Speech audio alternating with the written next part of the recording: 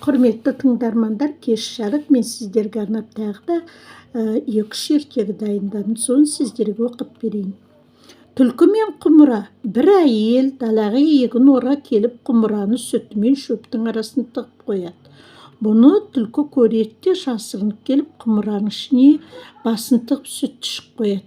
Енді түлкі құмырадан басын шығара алмай әлек болады. Түлкі: «Әй құмыра, біраз ойнадың, жетер, жібер менің басымды» дейді.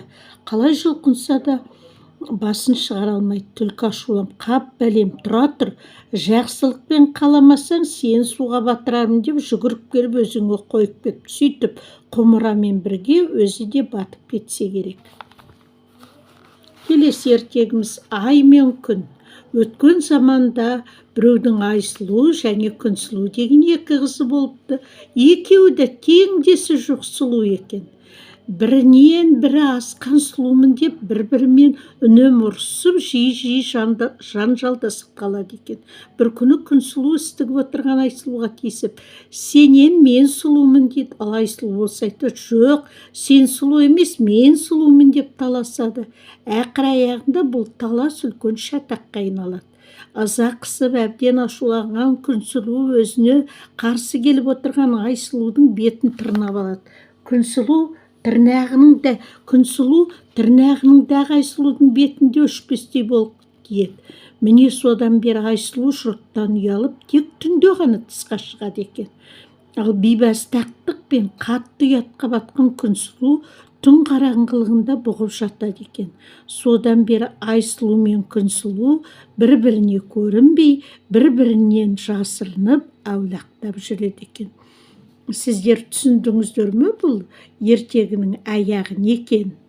Күнсұлу дегеніміз күндізгі жарқырап тұрған біздің күніміз, Айсұлу дегеніміз бізге түнде жарық беретін ай, жердің серігі. Ал енді келесі ертегіміз. Ертегінің аты алма піс, аузыма түс. Баяғыда екі жалқау болыпты. Жалқаулықтары сонша тіпті еріндерін қимылдатуға да ерінеді екен. Күндерде бір күн екеуі алма ағашының түбінде жатқанда бірінің көзі көк алмаға түседі. «Алма піс, аузыма түс» дейді. Екіншісі оған: «Ерінбей, жалықпай соны қалай айттың?» деп ренжиді. Келесі ертегі патша мен дихан. Өте қысқа ертегі. Ертеде бір кісі жас баласынан: «Патша үлкен бе, дихан үлкен бе?» деп сұрапты. Бала кідірместен: «Әрине дихан үлкен». «Қалайша?» дейді әкесі. Сонда әлгі бала: «Дихан астық бермесе, патша аштан өлмей ме?» деген екен. Мен мана айттым ғой, қандай ақыл сөздер аяқ астынан айтылып қалады. Осы сөздерді сіздер өмірде пайдалана аласыздар.